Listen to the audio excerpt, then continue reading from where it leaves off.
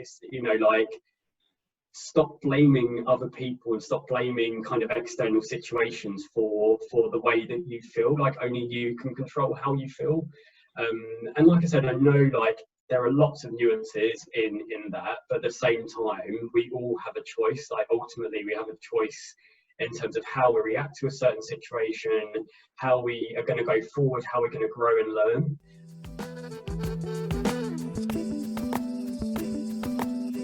G'day everyone, welcome to the Feel Good Blueprint and to episode 15 of the podcast. I'm your host Simon Ma, and I created the Feel Good Blueprint to bring together a group of like-minded people to share ideas, tools and resources to help other people find their great. Guys, if you like anything you see or hear today, I'd really appreciate if you shared the episode with at least one friend. It'll make my day. My next guest is Mr. Ricky Weaver. He's the host of the podcast Connections Untold. In this podcast, Ricky speaks with incredible people in each episode and they share their life stories and lessons. Starting the podcast back in September 2019, Ricky opened up about his prior child abuse and difficult upbringing. And since then, he's led a life of curiosity, interviewing dozens of people. Through his podcast, Ricky advocates the power of connection and vulnerability and is a firm believer that our stories have the power to inspire and move others to making positive steps in their own lives. In this podcast, Ricky and I discuss the power of shifting perspective. As you'll learn from his story in the podcast, he had a real challenging childhood at times, but he was able as an adult to transmute those lessons and change them into strengths and opportunities. Being vulnerable in reaching out to others and creating his podcast Connections Untold, Ricky shares those stories of other people so that we can all learn lessons from them as well. Ricky and I also discuss the benefits and detractors of starting a podcast and the reality that it takes and the hard work that it takes to do that. We talk about things like accountability partnership, which is something we've done every Friday during lockdown, which has been incredibly useful. Ricky's story, his vulnerability, and his practical can-do attitude towards his podcasting was really a catalyst and inspiration for me to start mine. Back in 2014, I worked with Ricky for only about 3 months in Nottingham, but we've stayed in contact all this time. And of course, as I said, our Friday accountability sessions have been such an inspiration and help for me to get through this lockdown period. So Ricky, thank you so much for your time and efforts. And I hope everyone enjoys the podcast with Ricky.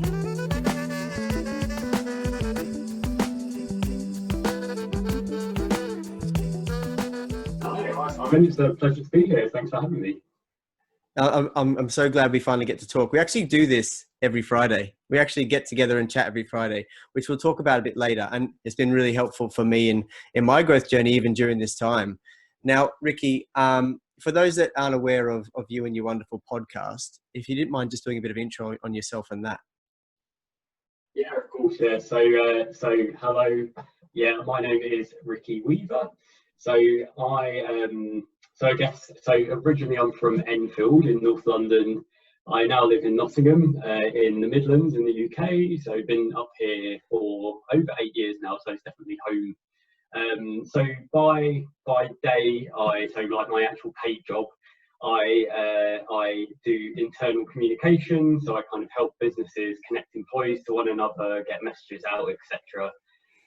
By night, I sound like a vigilante or something like that. By night and by weekend, I host a podcast called Connections Untold. It's coming up to its year anniversary, so the end of season 2 now. So I've been doing that kind of the last year, and I've been on like an awesome kind of learning growth journey over the last 18 months, 2 years, I'd say. Great. And tell us a bit more about sort of where Connections Untold comes from. What's that sort of basis of why that started and where it is now? Congratulations, by the way, on the first year anniversary. Well, we're not there yet. So almost coming. It'll go wrong between now and then. Fingers crossed not. I'm just trying to think. Like, I guess like the best way.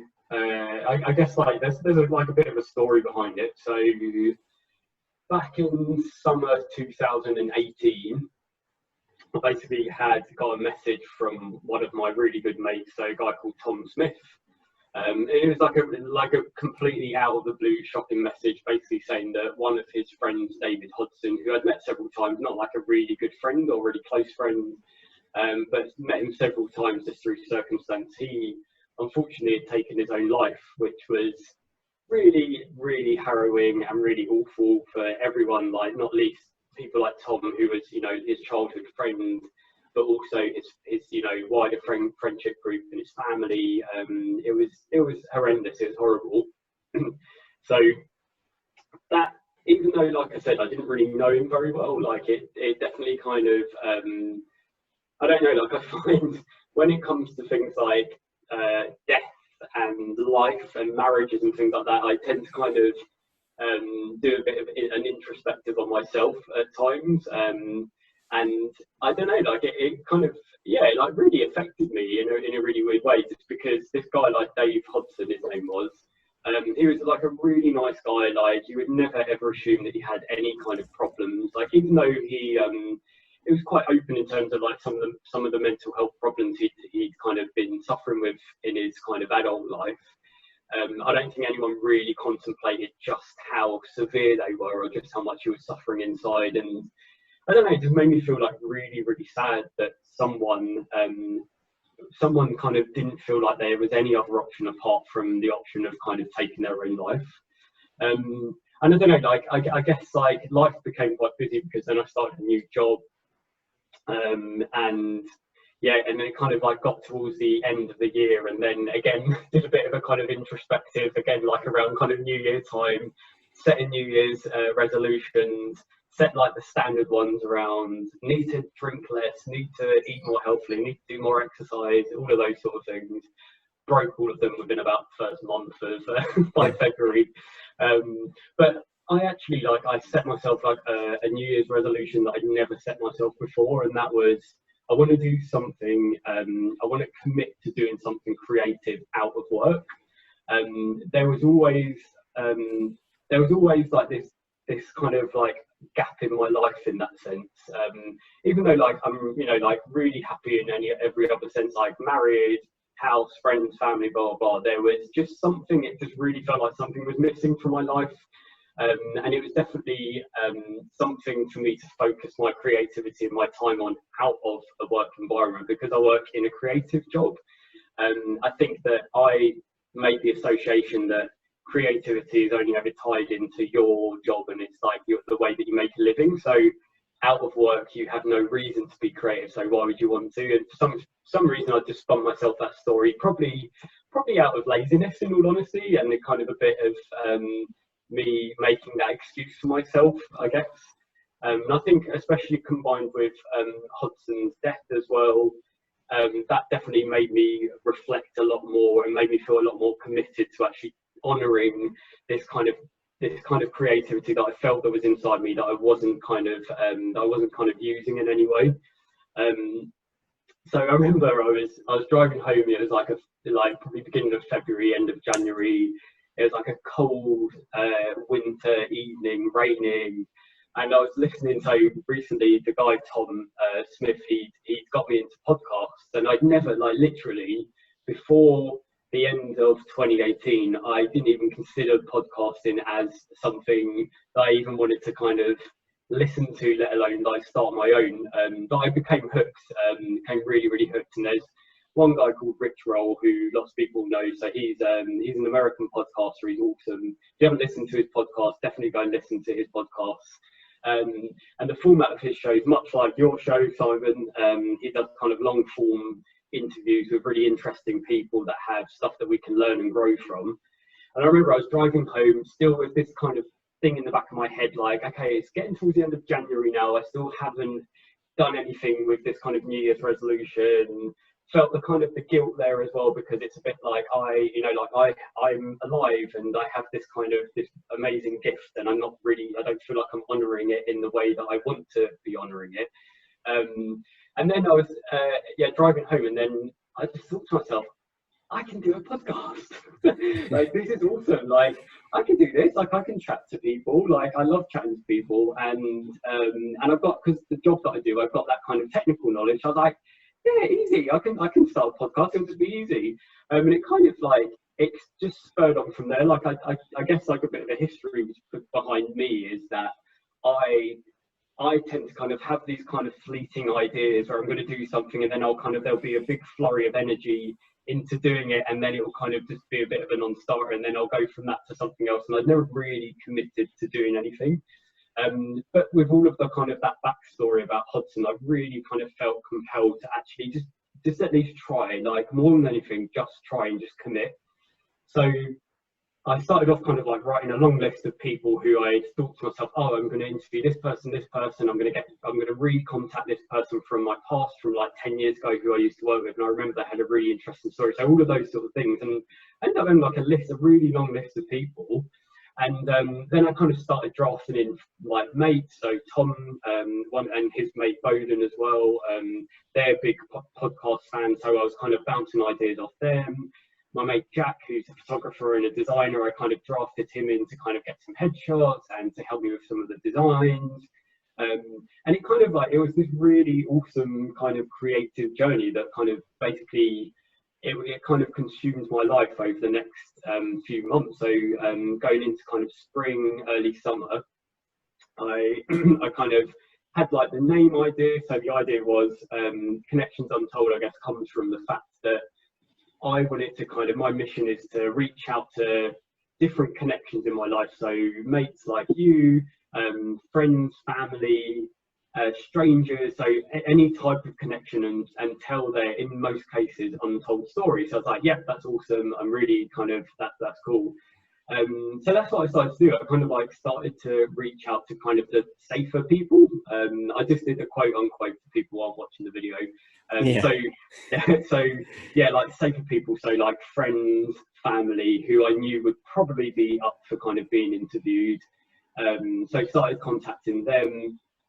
And I was like gradually over this time, like getting out of my comfort zone. Like people that don't know me, like I'm quite like an introverted guy. Like I'm really like happy chatting to, I love chatting to people, and I love chatting to kind of like close friends and family and stuff like that. But put me in a room of strangers and like that would make me feel like massively uncomfortable. Whereas kind of on a more one-on-one or small group situation, I'm much better and I'm much more comfortable doing that.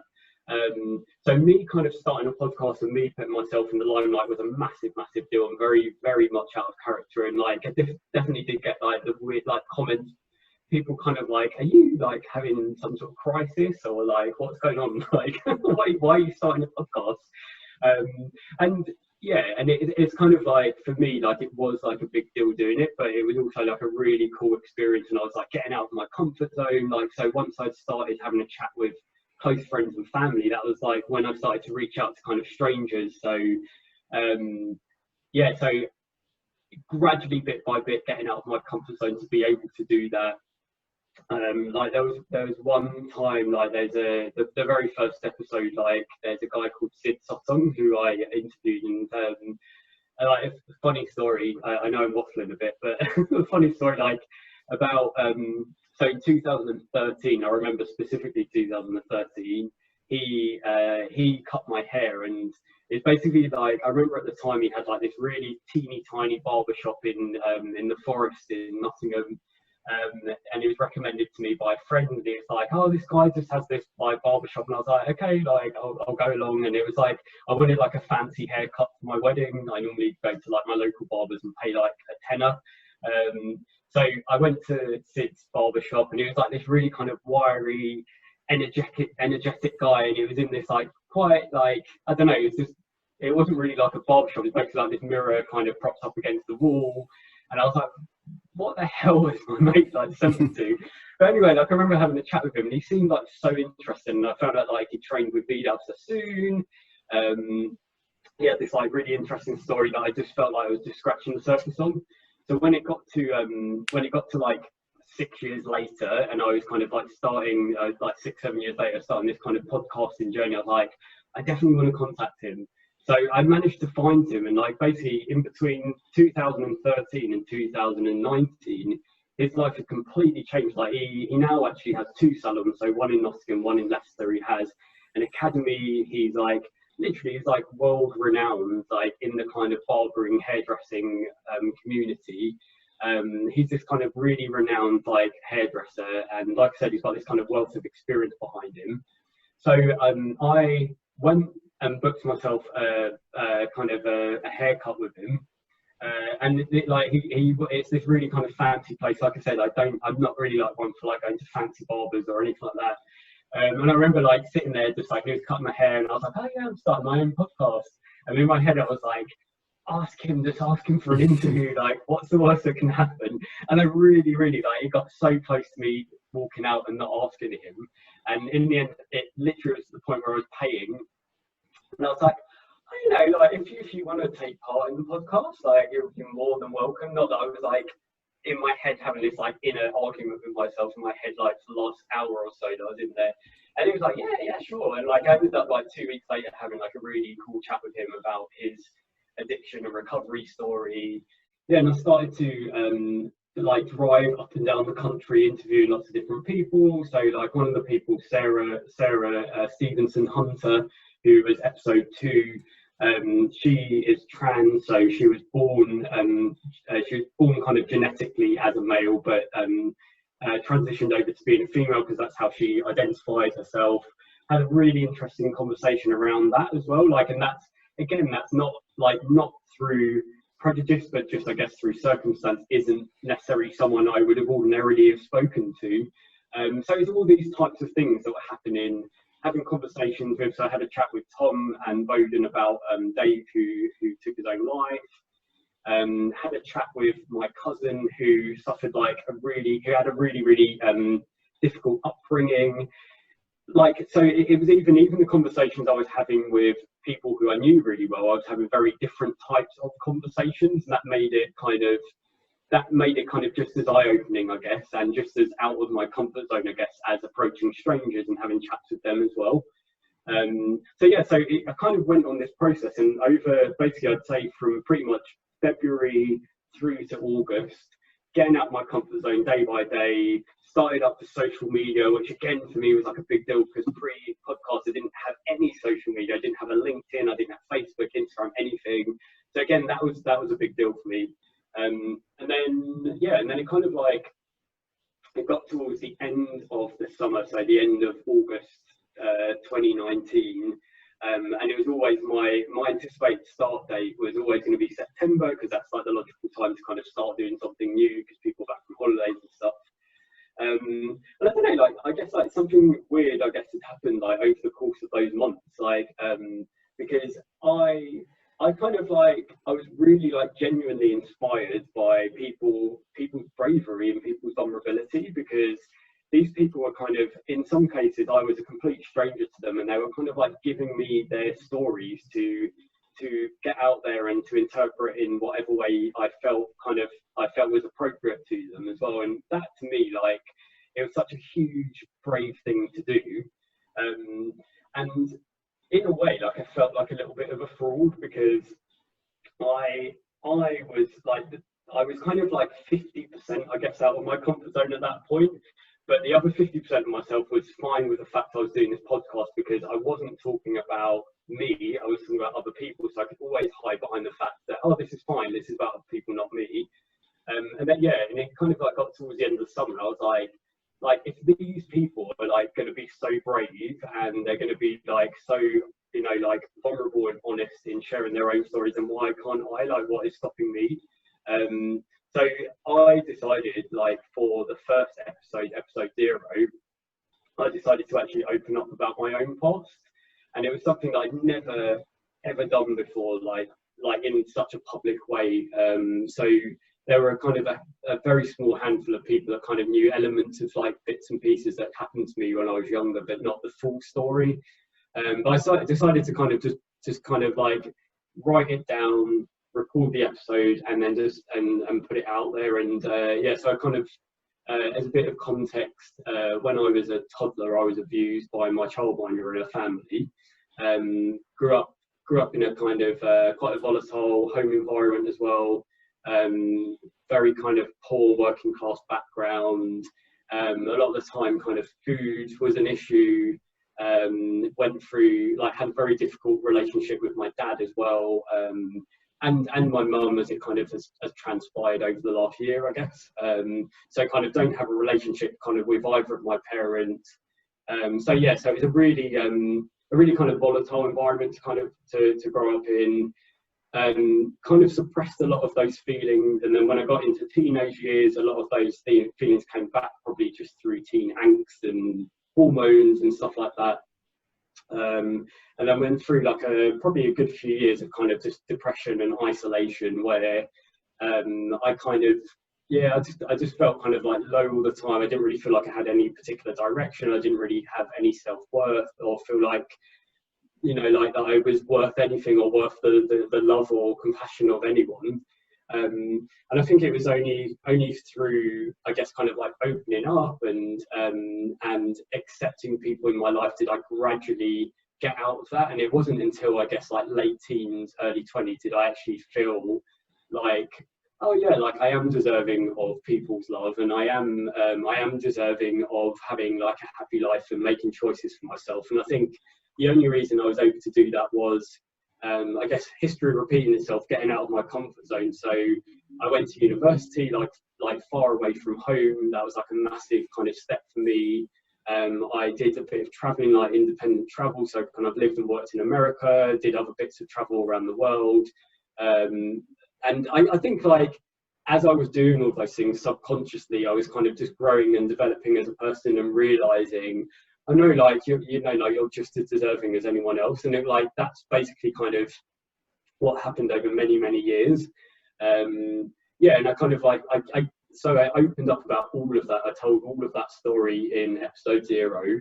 And then, yeah, just like put it out there. And that, I would say, like, that was the hardest, but also the best thing I've ever done in my life, like, hands down. It was such a huge difficult decision to make, because I wasn't sure what the reaction would be, and it wasn't like I thought people would kind of judge me in a negative way. I just didn't want people to kind of act differently around me. Do you know what I mean? Yeah. Like, and I know that people wouldn't mean it in a malicious way, but I didn't want people to feel like that I wasn't the same person they thought I was, or anything like that.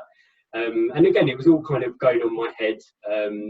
But it was a really, like, lovely reaction. Like, it was a really, like, a massive kind of overwhelming feeling of love that I got from people. It was just awesome.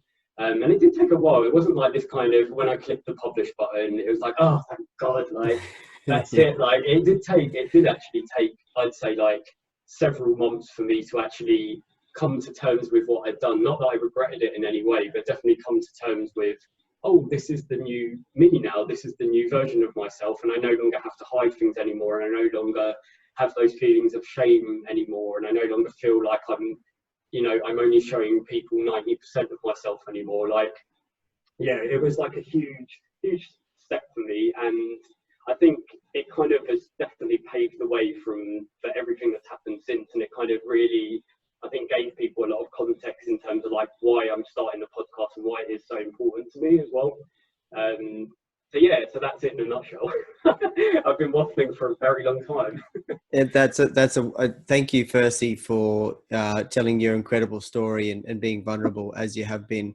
I'm really well acquainted with all of your work and what you put out there from episode 0 up to now, and it's just I'm really grateful to be able to be part of that in a way. I really feel connected to that, and we'll get to definitely later giving everyone the details and going to the podcast. Recommend the podcast massively for people to understand the whole story.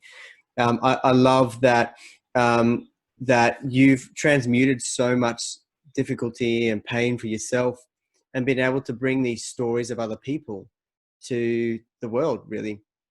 And there's so much in what you've just said that I think about. I'm really, obviously, really well acquainted with it, but I just recall when we worked together, because we worked together for 3 months in the same company at Nottingham. I was only there for a short period of time, and I just recall it being a relatively, for lack of a better term, a kind of cold environment in a lot of ways. It was going through some transition and change, and I just recall, looking across and seeing you, and just we had that connection really, really, really quickly. And I remember you just being so fascinated with stories even then, and this is back in 2014. And you're in comms, and you were bringing these stories. You did like a little short article on me for the intranet. Yeah, I just remember your fascination and intrigue so genuine, and it comes through in the work that you do with Connections Untold. And I just want to acknowledge your courage that you bring to that. It's really fantastic. Yeah, you're right. I think, I am hugely fascinated by I don't know. I think it maybe stems from the fact that when I was younger, I always kind of looked at other people and assumed that they were having a way better time than I was, and sometimes maybe they were, and sometimes maybe they weren't. So I kind of, I guess, lived in my own little world where I would try and imagine what other people's lives were like, and try to imagine myself being having a different life as well. And I think it's probably just stemmed from there, and it's kind of just matured over time. And I am, I think as well, like being creative and having to kind of express that in some sort of way. Like for me, like it definitely manifests itself in having like just a fascination about other people and their lives. And I think the thing that I like about my podcast is I think a lot of podcasts are focused on almost like tangible output. So it's a bit like you might get like, for instance, like the Rich Roll podcast is amazing and it's awesome, but a lot of the time he'll get on like really high profile guests, or he'll get on someone who's done like a really awesome kind of sporting event, and it will be kind of, sometimes, even though kind of they explore the story, a lot of the time it's around like, okay, so how can people train to do this? How can people do that? Whereas I think for me, it's more around just telling your story is enough. Like, and it's just kind of just owning and telling your story is awesome. And like being able to speak with lots of different people and expose myself to people who I never ever would have ever had the opportunity to speak to if I hadn't started this, has been incredible and amazing. And it's really nice to kind of just continuously kind of be curious, and just to kind of go in the direction that I want to go with it. It's awesome. Yeah, it's really awesome. It's inspirational because there's only two people that come to mind for why I started my podcast. The first one I listened to for a long time, which is Tim Ferriss. He's one of my all times. The second person's you. Oh, really? And you were like again, not the best term, but you're the straw that broke the camel's back for me to actually do it. You know, seeing you actually do it. And it's like what Brene Brown says, you know, that the vulnerability continues to multiply connection. And I saw that with you, and I was just so inspired to start it myself, and that was a big part of it. And I think, it just continues to grow, and you can do whatever you want with it. And that's what's fun about it. You know, I'm just thinking about things I can really relate to from our podcast and how they relate. And the other thing is having that podcast to sit within as almost your vehicle for reaching out to people you never thought you could. That's just brings you even that more courage to do it. That's awesome.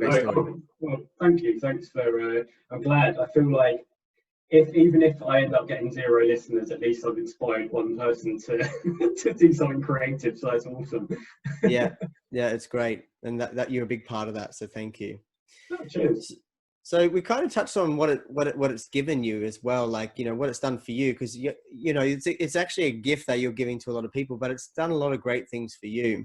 And we sort of discussed this before, but what about the I guess the idea of perspective, you know, shifting your perspective? It's a big game changer you'd mentioned, and can we talk a bit more about how that sort of shifted your perspective as well?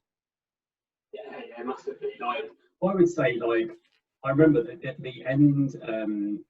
So at the end of every episode, pre-COVID, kind of changed things a bit because of COVID, but at the end of every episode of my standard interviews that I do, I always ask the person to give a piece of advice.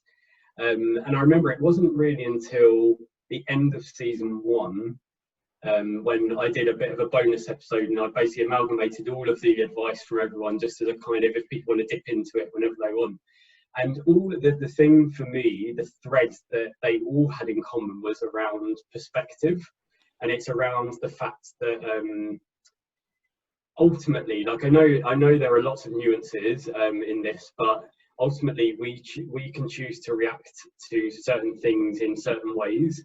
So for instance, me, if I could have gone down a very, very different path, or multiple different paths. But if I'd chosen, for instance, to dwell on my abuse and kind of continuously live my life as someone who doesn't deserve love and should suffer, my life would have taken a really, really different path. But I think my perspective shifted when I realised, actually, that's, you know, like that's nonsense, like that's absolute nonsense. I think it's the same with every single one of my guests. Like one of the most amazing inspirational people in my life is my cousin Mariam, and she also was abused when she was younger, really horrifically, and she also has had breast cancer. She moved to South Africa for, I think she was out there for like 9 years, and she was like held at gunpoint. She, you know, again had a very volatile relationship with her family as well, with kind of like more her dad. And again, like her thing that she said was, it's, you know, like, stop blaming other people and stop blaming kind of external situations for the way that you feel. Like only you can control how you feel. And like I said, I know like there are lots of nuances in that, but at the same time, we all have a choice. Like ultimately, we have a choice in terms of how we react to a certain situation, how we are going to go forward, how we're going to grow and learn. And I guess like going back to Brene Brown, I know we're both a big fan of hers, but I love the advice she gives around trying not to see adversary as a negative, see it as a positive. Like, how are you going to grow from that? How are you going to learn from that? And I really, like, for me, that was like, it's exactly as you said, it was like a massive game changer. So me starting this podcast, ultimately, if you kind of look back on the whole kind of journey I've come on, it actually came from quite a negative space, a negative thing that happened, like either through Hodson or through kind of the stuff that happened to me when I was younger. But I've kind of flipped it around now, and I've flipped it around to say, do you know what, like, I'm going to use those negative things that have happened to me and make something positive out of it. And yeah, like, I guess like now, like, even not that I was like a negative person before, but now my perspective on life and the opportunity that I feel that I deserve now, as everyone in the world deserves, I feel has completely changed. And that's always as a result of kind of doing that continual kind of getting out of my comfort zone, challenging myself. All of those things have definitely contributed to that. Yeah, that's so true. And I think about some of the key things coming through here is especially around like worthiness, to actually say, I can do this and I'm capable of this and I deserve it. Being good enough as well, being good enough and saying I'm good enough to do these things. And like, even with your technical knowledge, what you did, you're like, I could do this. And you've just gone ahead and created this beautiful thing. It's so true. And the other one is like, I love the thought around how we react to things. So often for me, I react to things and I'm able to catch myself, unfortunately, after most of the time, and go, what was that about? What was that about? But there's progress in that too, in knowing that reacting to things, often I think we're so linear and binary in our thought process. It's either good or bad. But like you said, there's a lot of nuances with it. And what I got from that for you is it's actually quite a nebulous thing with many colors and shapes. And it's almost this tangled hierarchy of feelings and thoughts and ideas that happen here, but we conceptualize them as being good or bad. Yeah. And you know, again, it's actually making a choice to control that and can transmute the bad or the ugly or the sad into something inspirational. And that's what people really look for and thrive from. Yeah, and it's that thing as well. It's around things won't go to plan, like they won't. Like I think ultimately, like the thing that I've learned, especially through kind of Hodson's stuff, is that we're not in control. Like we have no control over our lives at all. Like it's kind of that, I guess it's that kind of myth, like we all like to feel like we are in control, but it's a bit of a facade, and ultimately, like, we don't know what's going to happen. I mean, who could have predicted, like, at the beginning of this year, COVID and the horrendous things that happened as a result of that? I think that it's like you said, you can choose to react in different ways, but for me it's just around accepting. It's around the idea of acceptance. It's around the idea of do you know what, like there are very few things I can't control, kind of everything in my life. So the things that I can control, i.e. my daily actions, or the you know, like the direction I want my life to go in, I can control that to an extent. But at the same time, I know there are going to be curveballs. I know that it's not necessarily going to go the way that I planned it, but it's about accepting that even though it's not the way that you may have necessarily thought it was going to go, it's the way it should be going. And I think to accept that, you have to accept the good stuff that happens as well as the bad stuff that happens. You just have to accept that that is just part of life, unfortunately, and it's just the way it is. And you have to you have to accept the good and the bad things that happen as life, and grow and learn from them in whatever way you can. Definitely. Yeah, I agree with that. Like, I struggle with this one too, because it's this mix or this meeting or coming together of serendipity versus life design. And over the last X amount of years, 5 probably years, I've been really focused on life design. But the truth is, I know that, again, it's such a kaleidoscope of things happening. It's not capable, we're not capable of controlling all of it. I'm very aware of that.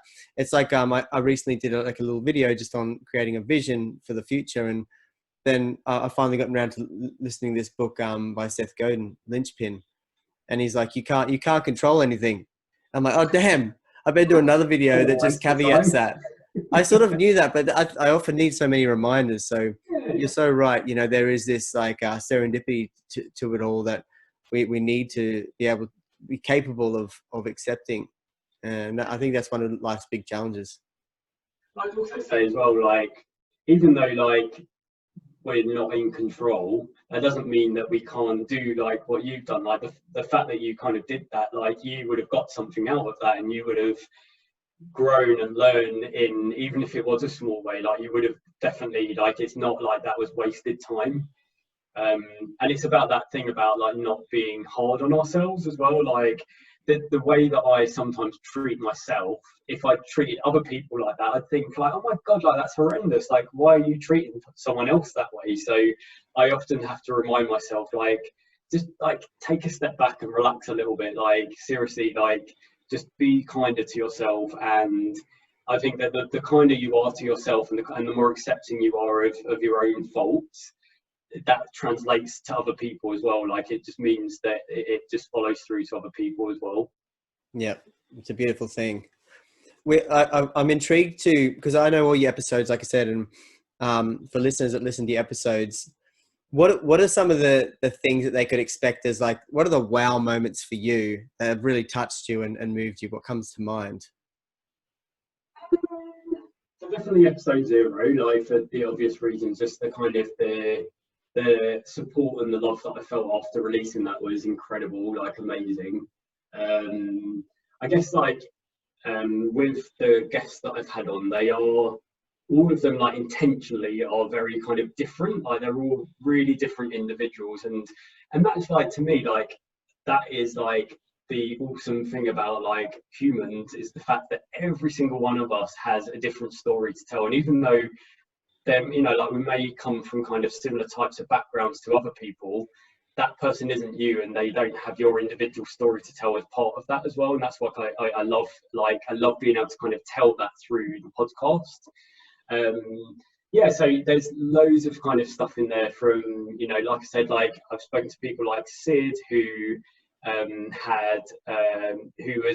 was like, he was addicted to drugs and alcohol, and he's just gone on this incredible transformation journey.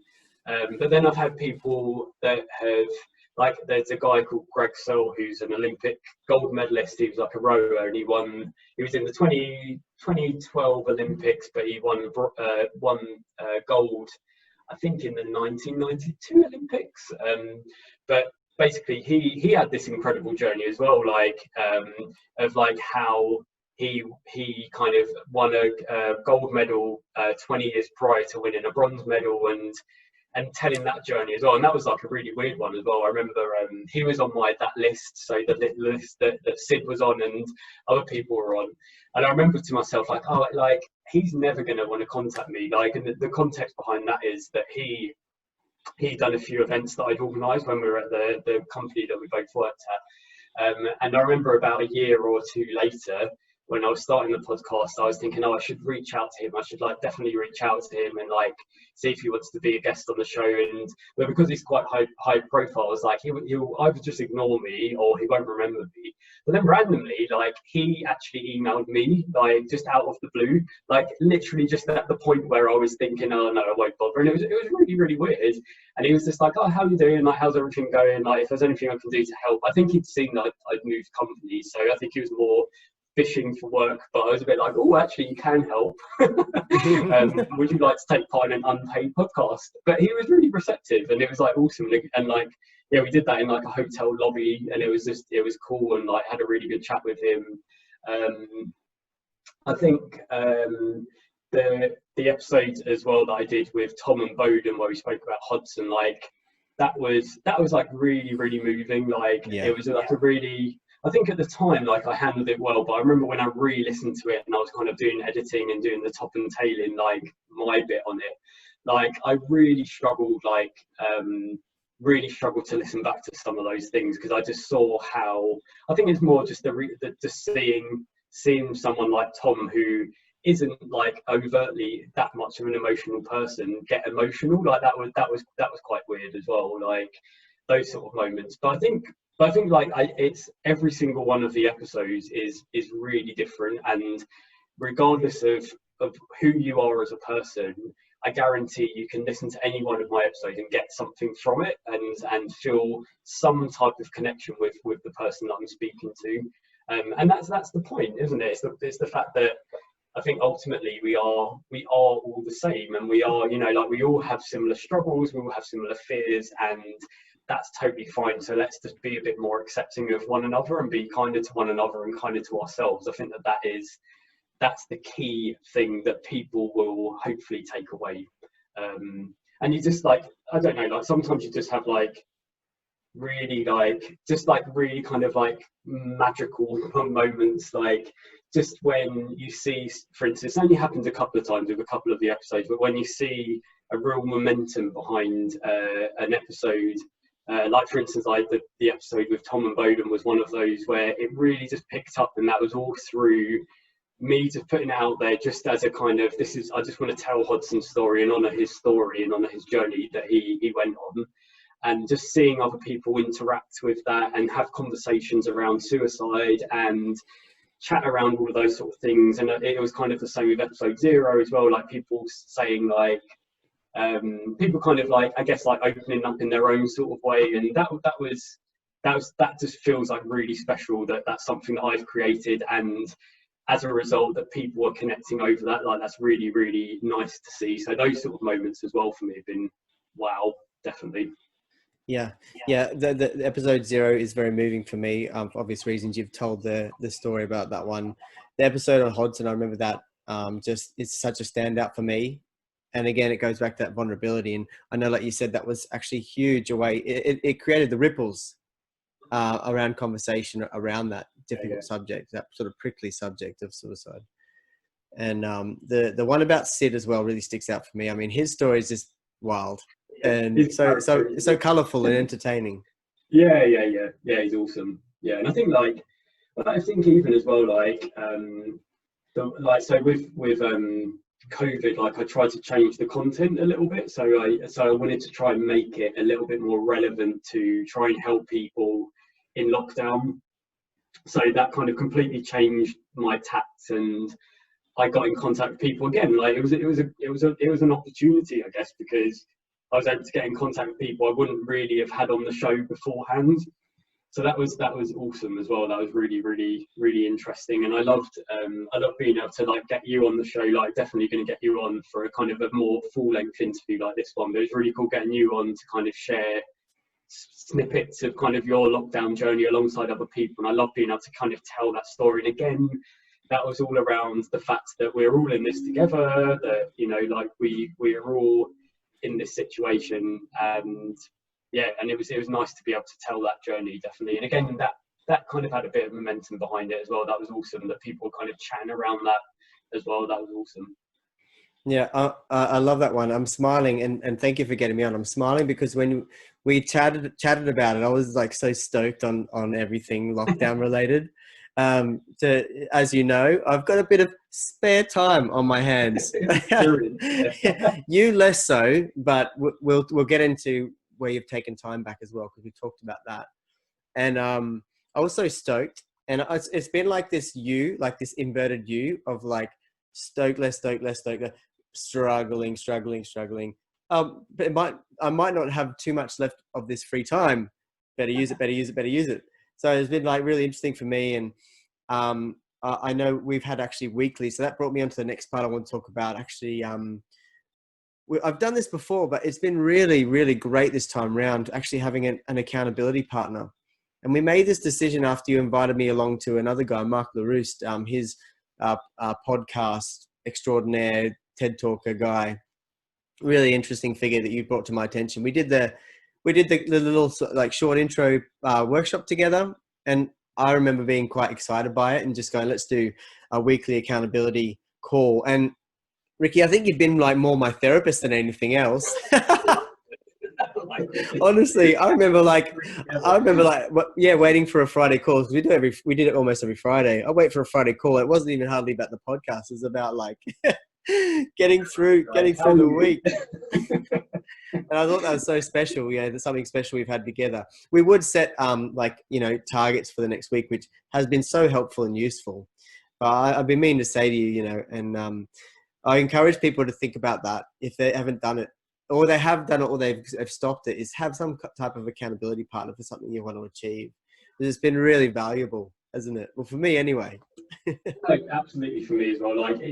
Like I think everyone has kind of, lockdown has been a weird thing for everyone. I won't kind of go into it too much, I guess, but it's like everyone has had kind of like highs and lows as a result of lockdown. I completely agree that it was a really good idea, like setting up those accountability sessions on a Friday, just because for me it's like I look forward to them, because it's just a chance to just reflect on the week, chat about kind of what's coming for the week ahead, and kind of like hear your perspective on things. And yeah, like I completely agree. I think that it's that thing, isn't it? Like, you're way more likely to go out for a run or go to do a workout or whatever if you have someone who you do it with.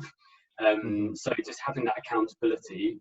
And we weren't like harsh on each other. Like, there were times where I was just like, yeah, I haven't done anything that I said I was going to do. But again, that was like, it's just part of how it is, isn't it? So and just, I think just as well, just like having someone to just have like an open chat with as well, like just to have that space just to chat. Like, yeah, it's just nice just to kind of to connect with people, definitely. Yeah, I'm hoping that people will continue this. We'll go back to some face-to-face interactions as time goes on, and hopefully things stay relatively under control here in the UK. Fingers crossed. We've seen some spikes again in cases in other areas, but I really hope this sticks with people around like the value of connection. And a huge testament to obviously what your podcast's about, but what those episodes were about as well. And it's been really valuable for me. Like, I've been meeting with friends on occasion, which is just kind of going back to normal, but that extra layer of having these chats, doing these podcasts, it's a different kind of connection that is really, it's hard to describe. It's kind of got that excitement about it. It's got that real solid value about it. And it adds a new layer of meaning to dialogues and interactions as well, either if it's virtual or not. Because before this, I've only done virtual, but you've got the gear to obviously go out and do face-to-face when it permits again. Yeah. Don't know when I'll be doing that again, but yeah, it's cool. I think that I remember at first I was really adverse to. So season 1, there was only one episode I did virtually, and that's because the guy was based in the US. The rest of them I was adamant. I'm like, no, I'm doing them face to face.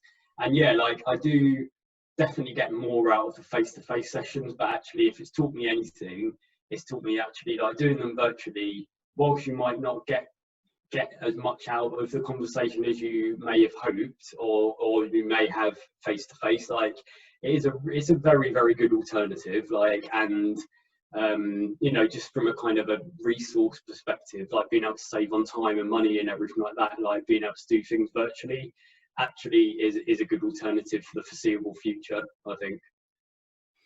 Yeah, I think it's almost a little bit less effortful, but I think effort is important still. I think it's easy to click a button and do this, which I've kind of been probably hiding behind a bit, but what is effortful is going to a place to meet with someone, to have that conversation, to do that, and bring it all back and do it. I think there's still huge value there. Of course, there will be huge value for that, but I think, and that's what Mark LaRue said, actually, because I was checking out his website and he talks a bit about the fact that, you know, it's so true in such a digital world full of the uprise of machine learning and artificial intelligence, which isn't going to happen tomorrow, but it is. And they're looking, I think we're looking for more and more connection than ever, you know, from people, and face to face is something I think we'll crave even more.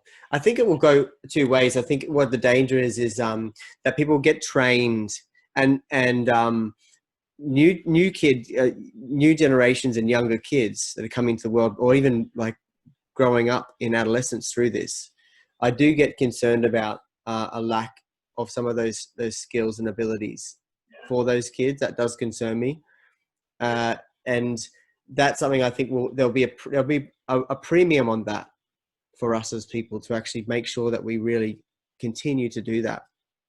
Yeah, nothing beats face to face, like, at all. Although, like, I guess saying that, when some of the recordings I've done, like, I've had a horrendous job getting rid of background noise. Like, for instance, like when I interviewed Greg in the hotel lobby, you know, like clanging around me, like clearing up stuff. I was just like, man, like, can't you see I'm with Greg? Like, I love that you told me as well about your cat too. Your needy cat. Yeah. So the cat meowing when I had Luke over at my house. And like even so there's been a couple of times where I've booked a library, like a lot of local libraries, they have like really cheap rooms for hire, so you'll pay like £20 for a couple of hours, and it's awesome. So so I've done that a couple of times, but again, that doesn't mean that there's not going to be people outside talking, or people in the meeting room next door laughing, and I'm just like whereas actually these sort of things that you tend to be able to control them a little bit more in terms of kind of background noise and stuff like that. But yeah, it is annoying because I mentioned it before, but it was off camera, but we're in an urban area here, and we basically everything was fine. I was gonna have the windows open because it's 35 degrees today. That's what the shirt's for, by the way, if you're watching. There's someone just started playing really loud Afro beats, like for the whole of Wandsworth to hear. So I had to close the windows, that's why I'm a slight tinge of beetroot right now. But we press on. We press on. I'm used to this sort of temperature, so it's fine. It's what you're made for. So a big one for you, Ricky. 2020. What's really come out of it for you so far? What have been the key takeouts for you, given the sort of what's happened at the moment? I think that for me, so on a personal level, it's shown me that I can, that just because something gets in the way of kind of your plans doesn't mean that you have to put a stop to your plans. It basically just means that you have to adapt. And as much as you may want to kind of contemplate, like, you know, like wallow in self-pity, at the end of the day, that's not really going to bring much value to you, and you just have to kind of go with it and just adapt and grow and learn, sometimes quite quickly. So like for me, it's shown me that I could do that more than I thought I was capable of. I guess kind of in terms of kind of like lockdown and stuff like that, what I've got away with it is, I think it's just going back to what you just said, just around connection, like doing stuff like this, like video calls. Like, it is a very good alternative, not the best ideal way to do things, but it's a good alternative, and it does give you that kind of dose of connection that is really, really important. And I think as well, like having that accountability either with someone as well, like, is really really important as well, because I think especially kind of in lockdown at home, I've found it especially that it's really easy to slip into bad habits. Like, it's really easy to not go out for a run, to start eating a little bit, not as good as you would have before. So having that accountability and like regularly checking in with yourself has been really valuable for me as well. And I guess like future kind of the podcast would be like, I think there potentially might be like a bit of a rebranding and renaming of it, because I do feel like it's evolved since the beginning of it. So I'm kind of in talks with kind of a friend at the moment, to try and kind of have a kind of a bit of an idea around like where I can kind of take it that way. But I definitely kind of want to start getting back to the kind of those good old long form conversations I had pre-lockdown, sharing people's stories. So that's kind of like where I'm going with it. And pre-lockdown as well, like I did do a few public speaking events. One of them went really badly, as we've discussed in the past. Two of them went really, really well. Like, they were so good. Like the two that I did that were really well were like way outweighed the one that went really badly.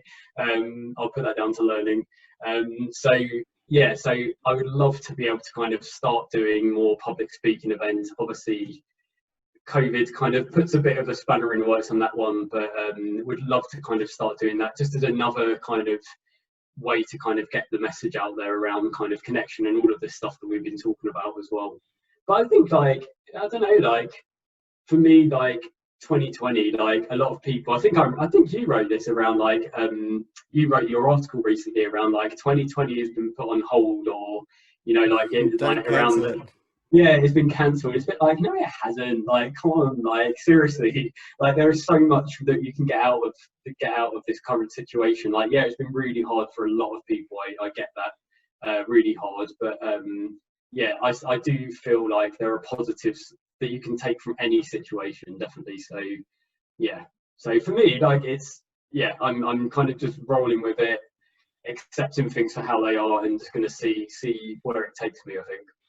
Yeah, that's great. I was going to ask about the future of the podcast and the public speaking part. So that's great, that you're getting some really great benefits out of that too. Because I know I've seen one of your talks and you're very passionate about that. And let's see, hopefully, if it's not in person for a while, maybe some virtual appointments. Who knows?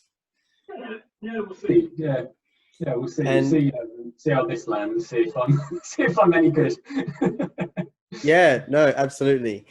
And then with your sort of downtime, like, we both end up having discussions, probably like everyone else, around this productivity paradox, I like to call it. This is something that you and I have discussed quite a bit, and we've spoken around its value, not only now, but I suppose, like, especially, what am I trying to say? Especially the value of being productive versus self-care versus fitting everything in now. And you've gotten a bit of time back yourself as well, like most people. So how have you been sort of using that time? Mainly on the podcast, I guess. So it's been really, really awesome having something to focus on. A bit like you, like the fact that you have created this out of lockdown. It's been, probably for you, it's been a complete godsend, because it's given you a focus and it's given you something to work on. Yeah. When you've had that kind of massive amount of time that you never normally would have. And I guess it's the same, like, I'm not saying like I've been an angel and that, like I will use every single minute, hour to be productive. Like, there are, like, I like just not doing much, and I like kind of sitting and reading or whatever, like that. But those sort of things for me, like, I can do those things guilt-free as long as I feel like I've kind of achieved something. Like, Yeah. So for instance, if I've done a little bit of editing, or if I've contacted a few people who I'd like to be on the show, that for me then gives me permission to be like, oh, do you know what? Like, you've got an hour now to just do whatever you want. Like, that's the way I try and kind of use my time. And I find that definitely helps when I do want to relax. It means I can relax way more than I would have if I hadn't felt like I'd achieved something or done something. But that works for me, and I think you've just got to. I think everyone has found, hopefully, their way of coping with this kind of like extra time, or in some cases not extra time that we've had. Yeah, it's been difficult. Like you've had a lot of conversations with people, me too, and how people use their time. There's been so much emphasis put on it. It's almost, I think, like another layer of sometimes unneeded pressure to try and do so much. And it was funny because when I was speaking to one of my guests who, because I was almost sort of looking for some type of solace in the fact that I wasn't able to do so much, and I was having down times and, spending time not doing too much. And I remember him saying, like, was basically, yeah, if you got this spare time, now's the time. Now's the time. Don't go to the park. Don't go to the beach. I remember him saying, yeah. It was like this hustle kind of message, this Gary V hustle message. And I was like, oh, damn. So for me, because I remember when we first did our conversations, our accountability conversations, you were really helpful in that. I thought, I thought that within a few months, the podcast would be number one. I thought that there'd be 100,000 followers. I thought that it would be blowing up. I'd be monetizing it. And that's the other thing I wanted to mention to you. It finally came to the top of my head. We've had this discussion before about this, and it's a really interesting point, because it's great to reach for the stars, but it's not always practical that it's going to happen in a couple of months, right? No, exactly. Yeah, that's definitely been a very, very steep learning curve for me. And I think that goes back to the whole like you've got to really not necessarily with starting a podcast, but I guess any type of like creative pursuit, like whether it's starting a book, starting a blog, starting a side hustle business or whatever, like you've really kind of got to go into it with a realistic hat on. You've got to go into it with good intentions. And I think it's exactly the same as you. Like, I was like, I'll put out episode 0 and it will go viral, and then I'll be able to quit my job and it'll be awesome. Yeah, and it was like, nah, that's not the way the world works, unfortunately. Yeah. And I know that both of us aren't looking for those things as being the ultimate outcome. The first thing is the gift, like you said.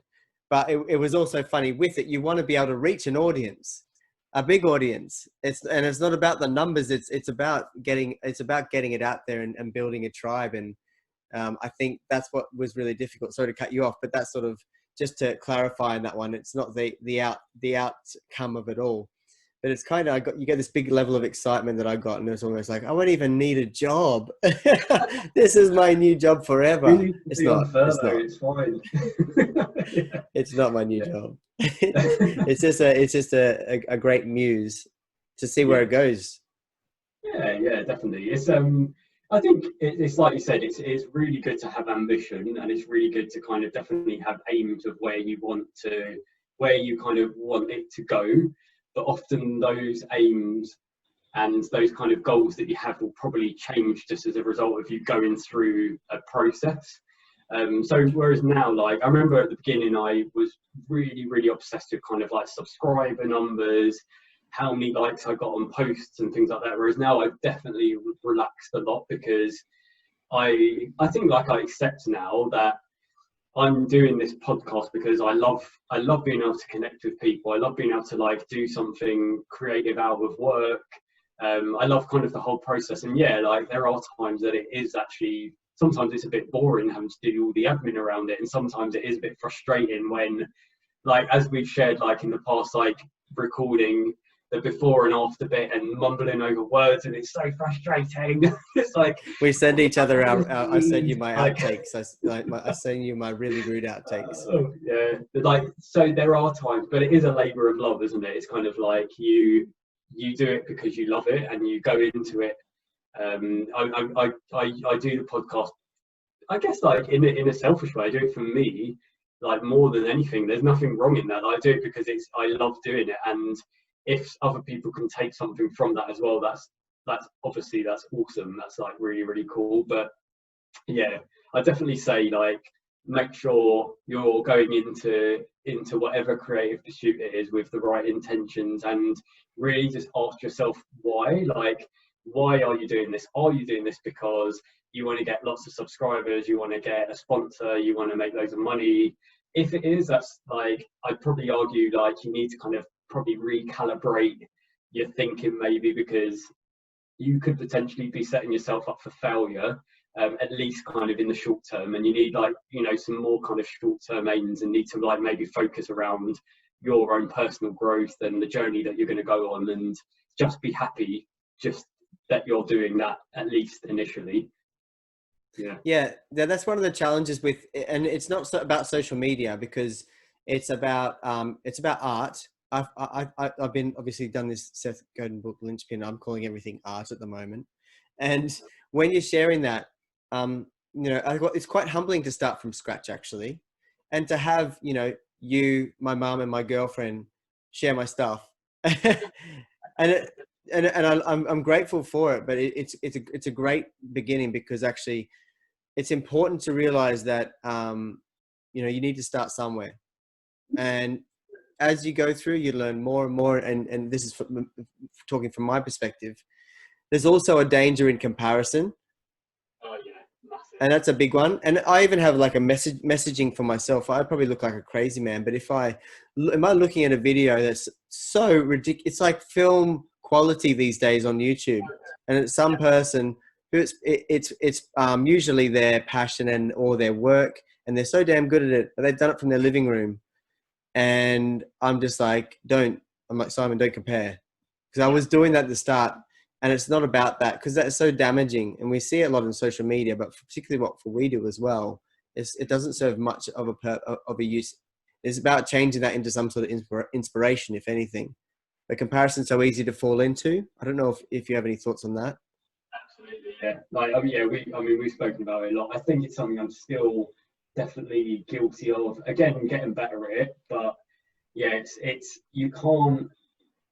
I mean, like, I don't necessarily even compare myself to people like Joe Rogan or Rich Roll or anything like that, because that's like a ridiculous thing to do. But I'll compare myself to like other kind of amateur podcasts, and I think, oh well, they've just put something out that they've got like 10,000 downloads, and I don't have that many, and what am I doing wrong? And but like, yeah, but it's you. I think again, it just goes back to that whole thing around your intention. Like, I have to keep reminding myself that I'm doing what I'm doing because I enjoy it. You know, like the fact that people are listening and engaging with it is awesome, and just be happy, and just by the fact that you are doing something, and you're continuing to kind of get out of your comfort zone, and meet all these awesome people. Like, that is enough. Like, and I'm definitely like, I'm not like, you know, the person to come to on that, but like I'm definitely kind of getting better, I'd say, at trying not to compare myself to others. But I think it's something that we all fall into the trap. Yeah, and there's so much work that goes into it, unbelievable amount of work. It's one of those things that feels like it's this glorious thing where you're just this podcaster or blogger, and then everything's magic and works out. But there's a lot of work behind it, actually, a lot of work, and it's difficult because you go through that process. It's hard to enjoy it sometimes, like you said, with the editing, but it's all part of the process. And for me, there's nothing more fulfilling than hitting that post button, though. It makes it all worth it. It does. And then hearing that people have consumed it and listened to it and enjoyed it, it's like that's the ultimate. Yeah, exactly. And you know, like you don't appreciate it like without having putting all of that effort into creating it. That's when you get the real satisfaction, because you know at least, like, you've all of those things that you have to put into creating an episode. Yeah, it does. You're right. It makes it completely worthwhile. Putting it out there finally, definitely. The more you put in, the more you get out, essentially. Yeah, it's a huge one, and especially if you're doing it from a perspective of, like I keep talking about this gift giving thing. You're giving out a gift, and that can ripple out and multiply and inspire other people, and maybe other people start a podcast or they start another blog, or they make that move to do that thing they wanted to do. Yeah. Amazing. And to wrap up, Ricky, I was thinking about like a wrap-up question to ask you. And I thought about all of the people you've spoken to. And I thought about you. We've talked about the sort of wow moments you've had. When you wrap up Connections Untold and all the experiences, what's the key message you want to share with people? Ooh, that's a good question, Simon.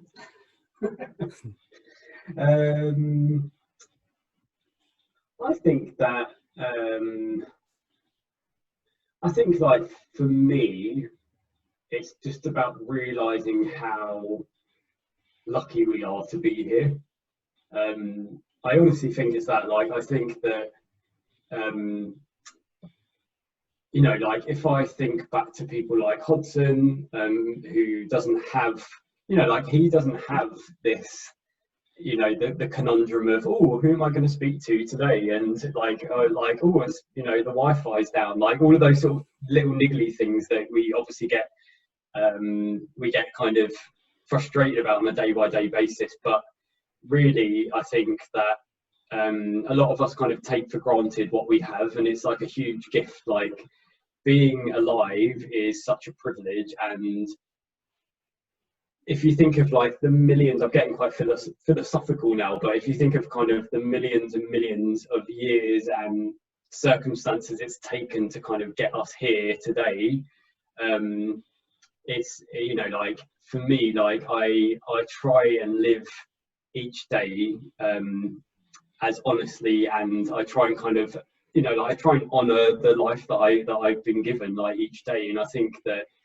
whatever it is that kind of you want to do as an individual, just try it. Like, honestly, like there is nothing, like, don't be afraid to fail, and don't be afraid to try new things. Don't be afraid to get out of your comfort zone, or be afraid to get out of your, you know, like be afraid to get out of your comfort zone, because that's good, like, because you will grow.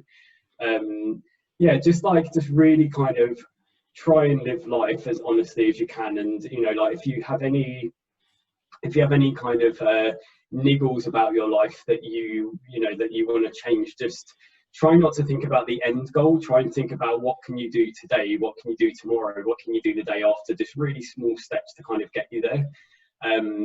And for me, like personally, going through my own experience, like it's a continual thing. It's not like, you know, like I did episode 0 and that's it. Like, it's a continual journey for me, and I will hopefully continue learning, hopefully continue growing. And there are lots of things that I've failed at, and there's lots of mistakes that I've made, but that's all just part of the process. And no one's gonna kind of laugh at you and point at you, and if they do, like, they're not the sort of people you want in your life anyway. So yeah, to quote Brene Brown again, I know I brought her up, but I love on the talk that she did on Netflix and in Daring Greatly as well, the book that I know you've read.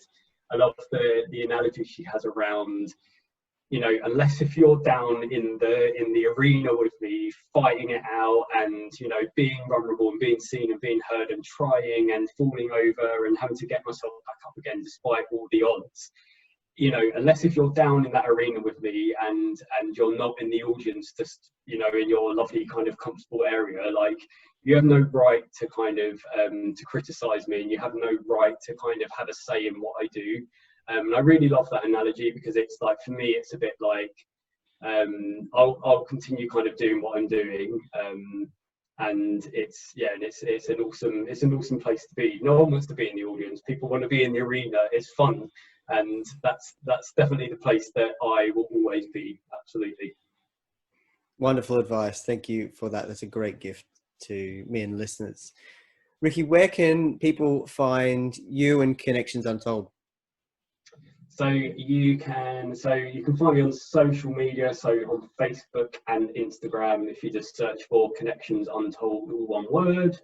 And yeah, like I'm on pretty much every podcast outlet that you can think of. I'm out there. So yeah, so on, you know, Apple Podcasts, Spotify, Acast, wherever you kind of search for me, wherever you listen to your podcast, you'll be able to find me. Cool. I'll pop all of the information into the links and descriptions. My friend Ricky, my unintentional Friday therapist and host of Connections Untold, thank you so much for your time today. Thanks, Simon. It's been an absolute pleasure. It's been great chatting with you. And there you have episode number 15 with Ricky Weaver from Connections Untold. I hope you got out of it as much as I did. Now, if you've got any opportunities, you want to jump on the podcast, or you have any feedback for me, you're welcome to reach out at thefeelgoodblueprint@gmail.com, or you can get me on socials at thefeelgoodblueprint. Thank you so much, everyone.